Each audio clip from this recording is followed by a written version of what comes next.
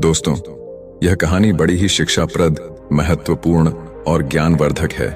मेरा आपसे निवेदन है कि कहानी के अंत तक हमारे साथ में जरूर बने रहें। एक समय की बात है, भगवान बुद्ध अपने शिष्यों को उपदेश दे रहे थे। तब उनके किसी शिष्य ने उनसे यह 3 सवाल किए। पहला सवाल, कौन किसके भाग्य का खाता है?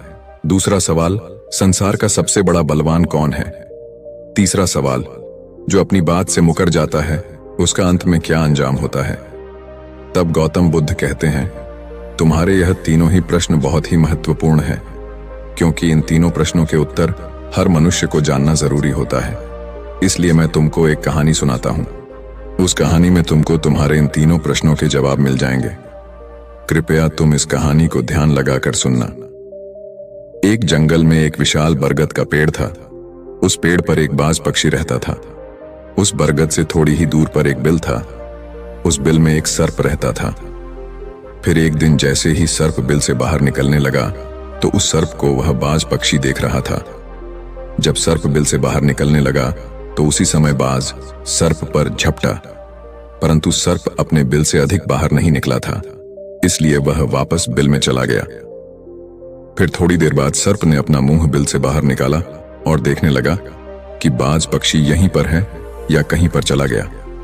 फिर वह बाज पक्षी दोबारा उस सर्प पर झपटा, परंतु वह फिर से वापस अपने बिल के अंदर छुप गया।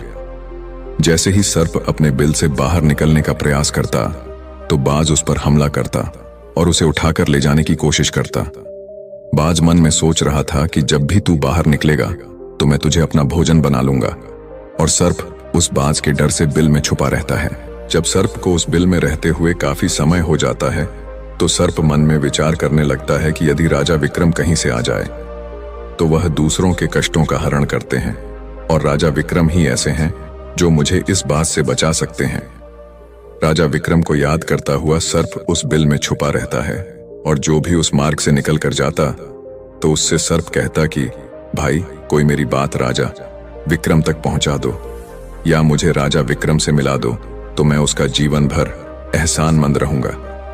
फिर एक दिन राजा विक्रम, जो दूसरों के दुखों को दूर करते थे, वह जंगल में जा रहे थे और उसी मार्ग से निकल कर जा रहे थे। तभी सर्प को पता चला कि रास्ते से कोई जा रहा है, तो वह सर्प बिल के अंदर से ही कहने लगा, भाई, कोई मुझे राजा विक्रम से मिला दो तो मैं उसका जीवन भर एहसानमंद रहूंगा। यह बात जब राजा विक्रम ने सुनी तो राजा विक्रम कहने लगे, क्यों भाई, आपको राजा विक्रम से क्या काम है? तब सर्प कहने लगा, देखो भाई, राजा विक्रम दूसरों के दुखों का हरण करते हैं और मैं बहुत दिनों से इसी बिल में पड़ा हुआ हूं। मैं बहुत दुखी हूं। जब मैं इस बिल से बाहर निकलता हूं तो इस वृक्ष पर एक बाज पक्षी का निवास है, और वह बाज मुझ पर उसी समय हमला करता है। इसलिए मैं इस बिल से बाहर नहीं निकलता हूं और ना ही मुझे कुछ खाने को मिलता है। मैं ऐसे ही इस बिल में पड़ा हुआ हूं, ऐसे ही अपना जीवन व्यतीत कर रहा हूं। राजा विक्रम कहने लगे कि हे सर्पराज, मैं ही राजा विक्रम हूं, बताओ तुम्हारे कष्ट का निवारण कैसे करूं? तब सर्प कहने लगा, हे महाराज, जैसा आपको उचित लगे वैसा ही कीजिए, लेकिन मेरा इस बात से पीछा छुड़ा दीजिए, नहीं तो यह एक दिन मुझे मार डालेगा। तब राजा विक्रम कहने लगे, हे सर्पराज, तुम कहो तो मैं तुम्हें इस वन से कहीं दूर छोड़ दूं। सर्प कहने लगा, महाराज, जब आप मुझे दूर छोड़ने जाओगे तो यह बाज हमें देख लेगा और यह वहीं पर जाकर फिर से बैठ जाएगा, और मौका मिलते ही यह मुझे मार डालेगा। हे राजन, आप मुझे कुछ समय के लिए आपके अंदर में बिठा लीजिए। आप अपने पेट में बैठने के लिए मुझे स्थान दे दीजिए।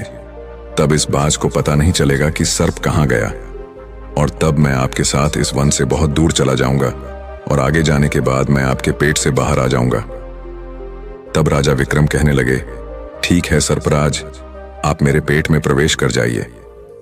राजा विक्रम अपना मुंह खोल देते हैं और वह सर्प राजा विक्रम के पेट में प्रवेश कर जाता है और राजा विक्रम के पेट में जाकर के बैठ जाता है। जब राजा विक्रम वन में आगे गए और आगे काफी दूर पहुंचने के बाद उस सर्प से कहने लगे कि हे नागराज, अब आप मेरे पेट से बाहर आ जाइए। अब यह सुनसान वन है, इसमें कोई बाज आपको परेशान नहीं करेगा। यह बात सुनकर नागराज कहने लगा कि नहीं महाराज, अब मैं आपके पेट से बाहर निकलने वाला नहीं हूं। राजा विक्रम ने कहा, क्यों भाई, आपने तो मुझसे यह वादा किया था कि आप मुझे आगे सुनसान वन में छोड़ देना। मैं आपके पेट से बाहर निकल जाऊंगा। अब क्या हुआ? सुनसान वन आ गया। अब आप बाहर निकलिए। सांप कहने लगा कि देखो महाराज, जैसा रहने का आनंद आपके पेट में है वैसा उस बिल में नहीं मिलता। अब मैं तुम्हारे पेट से कभी बाहर नहीं निकलूंगा। राजा विक्रम मन में सोचने लगे कि यह तो बड़ा ही दुष्ट सर्प है, अब मैं क्या करूं? और अब उसके जहर के प्रभाव से महाराज विक्रम के पूरे शरीर से कोढ़ फूटने लगा और महाराज विक्रम के शरीर से कोढ़ निकल आया। राजा विक्रम मन में सोचने लगे कि अब मैं यदि राजधानी को वापस जाऊंगा तो यह अभी संभव नहीं है, क्योंकि मैं इस वक्त कोढ़ी हो गया हूं और मुझे इसी वन में रहकर इस नागराज से भी छुटकारा पाना है। यह सोचकर महाराज विक्रम एक पेड़ के नीचे झोपड़ी बनाकर सो जाते हैं। उनके शरीर से कोढ़ टपकने लगा और बदबू आने लगी, जो कि सर्प का जहर था। सर्प कुंडली मारकर राजा विक्रम के पेट में बैठा हुआ था। राजा विक्रम उस वन में एक कोढ़ी की हालत में पड़े हुए थे। अब इधर उन्हीं के समय एक प्रसिद्ध जनपद था श्रावस्ती, और श्रावस्ती नगरी के महाराजा थे ताम्रध्वज।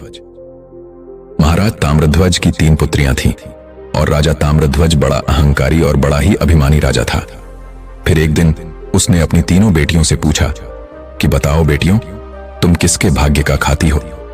फिर उनमें से 2 बेटियां तो राजा के डर से कहती हैं कि पिताजी, हम तो आपके भाग्य का ही खाते हैं। परंतु उनमें से राजा की एक चित्ररेखा नाम की बेटी थी। वह चित्ररेखा अपने पिता ताम्रध्वज से कहती है कि नहीं पिताजी, मैं किसी के भाग्य का नहीं खाती हूं, मैं तो केवल अपने ही भाग्य का खाती हूं। उस बेटी की बात सुनकर राजा को बहुत क्रोध आया। राजा ने उसी समय नाई और ब्राह्मण को बुलाया। राजा नाई और ब्राह्मण से कहने लगा कि मेरी इन दोनों बेटियों का रिश्ता तो आप किसी राजा के यहां करके आइए, और जो यह बड़ी वाली बेटी है इसका रिश्ता किसी कोढ़ी कलंकी या जिसके हाथ पैर ना हो उसके साथ करके आइए। फिर राजा का आदेश मिलते ही नाई और ब्राह्मण उन तीनों बहनों का रिश्ता करने के लिए चल देते हैं। उन्होंने राजा की दोनों छोटी बेटियों का रिश्ता तो राजवंशों में कर दिया, परंतु तीसरी बड़ी बेटी के लिए वर ढूंढते ढूंढते हुए उसी वन से निकलकर जा रहे थे जिस वन में राजा विक्रम अपनी झोपड़ी में कोढ़ी के रूप में पड़े हुए थे। उनके शरीर से कोढ़ बह रहा था तो राजा विक्रम को देखकर नाई और ब्राह्मण आपस में कहने लगे कि इससे अच्छा तो कोई व्यक्ति हमें नहीं मिलेगा, इसीलिए इसके साथ ही राजा की लड़की का संबंध करके चलते हैं। फिर राजा विक्रम के साथ नाई और ब्राह्मण ने राजा ताम्रध्वज की लड़की चित्ररेखा का विवाह तय कर दिया, और राजा ने भी बहुत जल्दी ही चित्ररेखा को उस वन में ले जाकर के वहीं उस कोढ़ी राजा विक्रम के साथ उसका विवाह संपन्न कर दिया।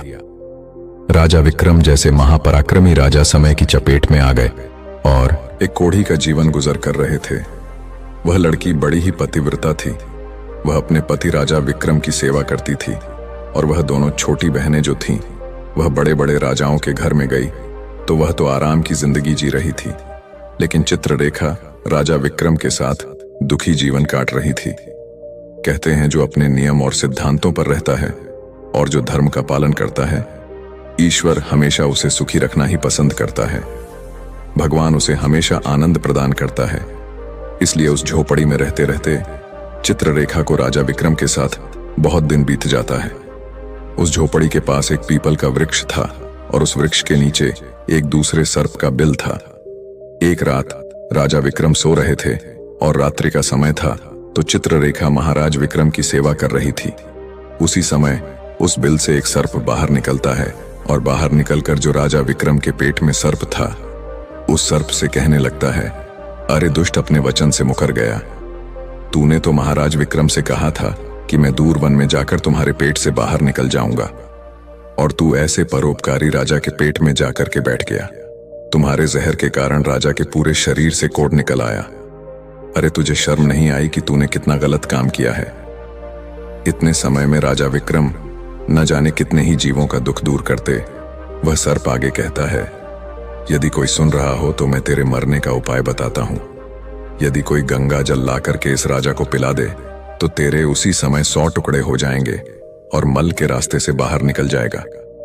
अब राजा के पेट के अंदर बैठा हुआ जो सर्प था वह दूसरे सर्प से कहने लगा कि तेरे जैसा भी मैंने कभी नहीं देखा। धन के खजाने पर कुंडली मारकर बैठा है, यदि यह धन मानव समुदाय के कल्याण के लिए लगाया जाता तो इससे न जाने कितने मानवों का भला होता। मैं भी तेरे मरने का उपाय बताता हूं। यदि कोई सुन रहा हो तो कोई एक पीपा तेल गर्म करके तेरे बिल में डाल दे तो उसी समय तू नष्ट हो जाएगा, और इस बिल वाले स्थान की खुदाई करेगा तो यहां पर अपार धन संपत्ति निकलेगी। उस बात को चित्ररेखा बड़े ध्यान से सुन रही थी।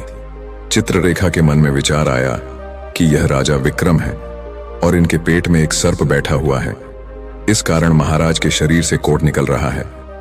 तो वह बेचारी चित्ररेखा एक ऋषि के आश्रम पर पहुंचती है और उन ऋषि से अनुरोध करती है कि महात्मा, मुझे एक गिलास गंगा जल की आवश्यकता है। ऋषि ने कहा, बेटी तुम कौन हो और गंगा जल का क्या करेगी? तो वह चित्ररेखा कहने लगी कि हे मुनिवर, मैं राजा ताम्रध्वज की बेटी चित्ररेखा हूं और मेरे पति के लिए मुझे दवा के रूप में गंगा जल चाहिए। उस ऋषि ने उसे एक गिलास गंगा जल दे दिया।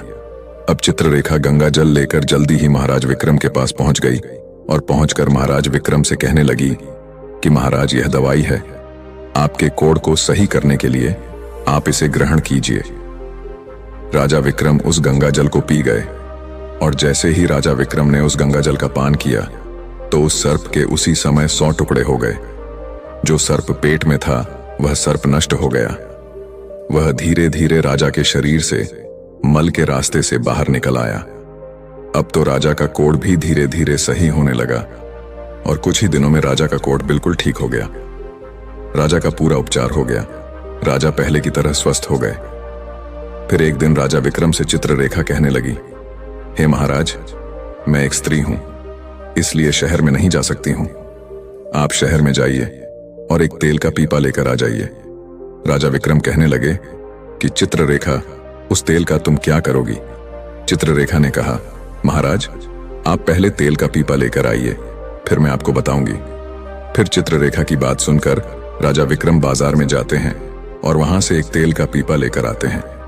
फिर चित्ररेखा वहां आग जलाती है और उस आग पर उस तेल को गर्म करती है और गर्म करके उस सर्प के बिल में खाली कर देती है। जैसे ही उस बिल में वह गर्म तेल डाला गया तो सर्प की मृत्यु हो गई। तब राजा विक्रम से चित्ररेखा कहने लगी कि महाराज, अब इस स्थान को खोद दीजिए। तब फिर राजा विक्रम ने जब उस स्थान की खुदाई की तो वहां से अपार धन संपत्ति निकली। चित्ररेखा कहने लगी, महाराज देखिए, मैं जानती हूं कि आप जय नरेश राजा विक्रम हैं, परंतु मेरे पिता ने मेरा अपमान किया है और मुझे एक कोढ़ी को दिया था, परंतु मैं मेरे भाग्य का खाती हूं, इसलिए इसी स्थान पर मेरे पिता का जो महल है उससे अच्छा महल बनना चाहिए। राजा विक्रम कहने लगे, चित्ररेखा, तुम कैसी बातें कर रही हो? हम नरेश हैं, भला यहां पर महल क्यों बनाएंगे? आप उज्जैन नगरी को चलिए। परंतु राजा विक्रम के कहने पर भी चित्ररेखा नहीं मानी। फिर राजा विक्रम ने उस वन में एक शानदार महल का निर्माण करवाया। इस संसार में सबसे बलवान समय होता है और कोई बलवान नहीं होता है।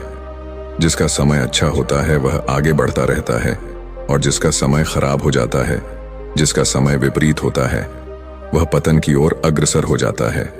फिर राजा ताम्रध्वज पर एक दूसरा राजा आक्रमण कर देता है और उस आक्रमण में ताम्रध्वज पराजित हो जाता है और राजा ताम्रध्वज अपने परिवार सहित प्राण बचाने के लिए उसी वन में पहुंच जाता है।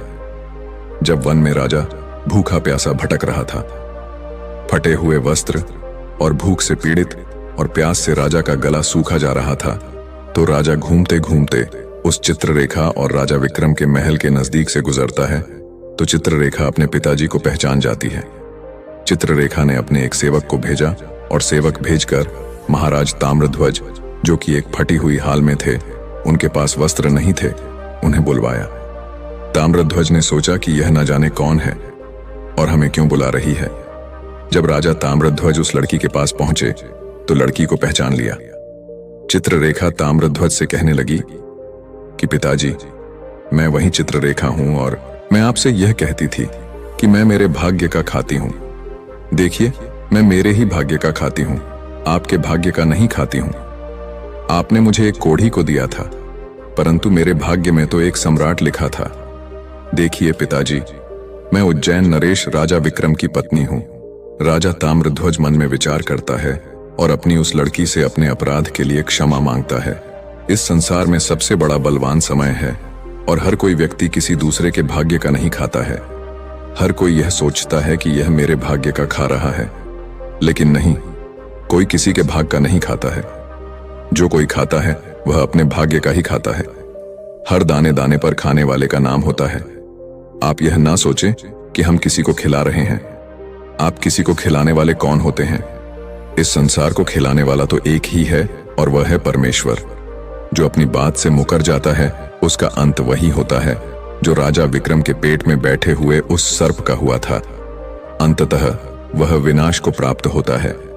हमेशा सत्य की ही जीत होती है और अधर्मी, अत्याचारी और पापियों का अंत होता है।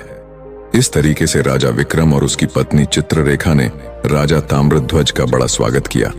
वह राजा विक्रम महाराज ताम्रध्वज को अपने साथ उज्जैन ले आए और बाद में राजा विक्रम ने अपनी सेना राजा ताम्रध्वज के साथ भेजी, और जिस राजा ने ताम्रध्वज को पराजित किया था उससे अपना राज्य वापस पा लिया। जिसकी किस्मत अच्छी होती है, जिसके कर्म अच्छे होते हैं, उसे ईश्वर कहीं ना कहीं से देता है। हम और तुम तो अपने परिवार का पालन करने में भी हिचक जाते हैं, लेकिन इस संसार का पालन करने वाले को देखिए, वह पूरे संसार का हर जीव जंतुओं का ध्यान रखता है। तो दोस्तों, आपने आज के इस वीडियो से क्या सीखा वह मुझे आप कमेंट बॉक्स में बता सकते हैं। इसी के साथ में उम्मीद है कि आपको आज की वीडियो पसंद आई होगी, तो इस वीडियो को उस इंसान को शेयर करें जिससे यह कहानी सुनने की जरूरत है, और उसी के ठीक बाद चैनल को सब्सक्राइब करें